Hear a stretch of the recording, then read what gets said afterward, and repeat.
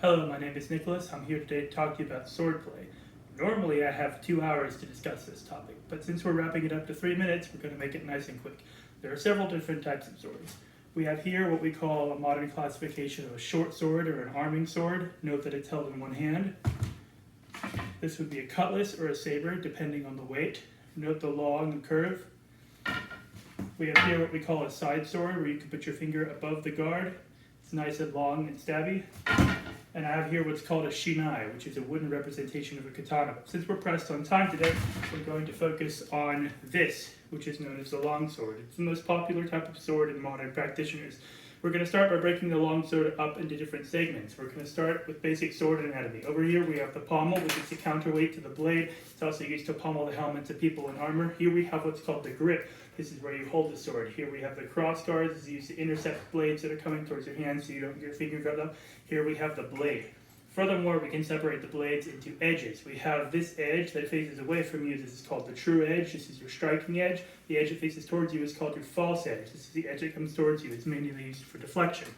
Furthermore, we can separate the blade into parts. Down here, we have what is called the forte, or the strong. In the middle, we have what is called the mezzo, or the middle. And up here, we have what's called the foible, or the weak.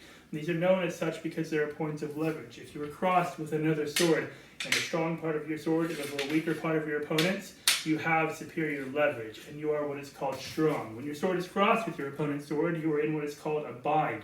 And as I mentioned earlier, the stronger part of your sword is on a weaker part of theirs, you are called strong in the bind. And vice versa, you are called weak in the bind.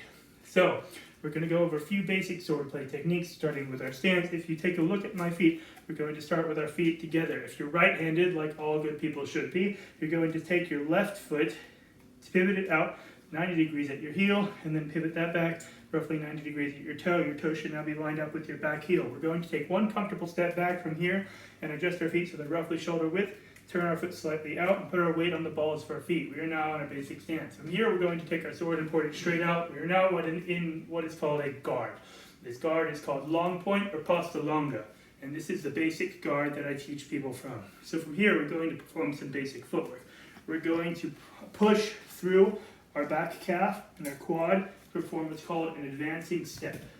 And then, normally this is where I have people do this several times. So we would do an advancing step, and now we're going to do the exact thing, but opposite. We're going to push through our front calf and our front toe to perform what is called a retreating step. This is probably the most important step in all of swordplay because it keeps you away from your opponent who's chasing you. So furthermore, we're going to learn some very basic swordplay techniques.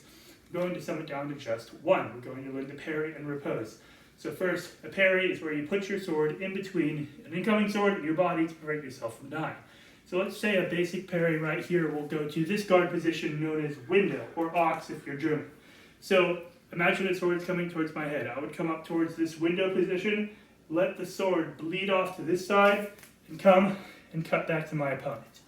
And that, in 3 minutes, is the basics of swordplay.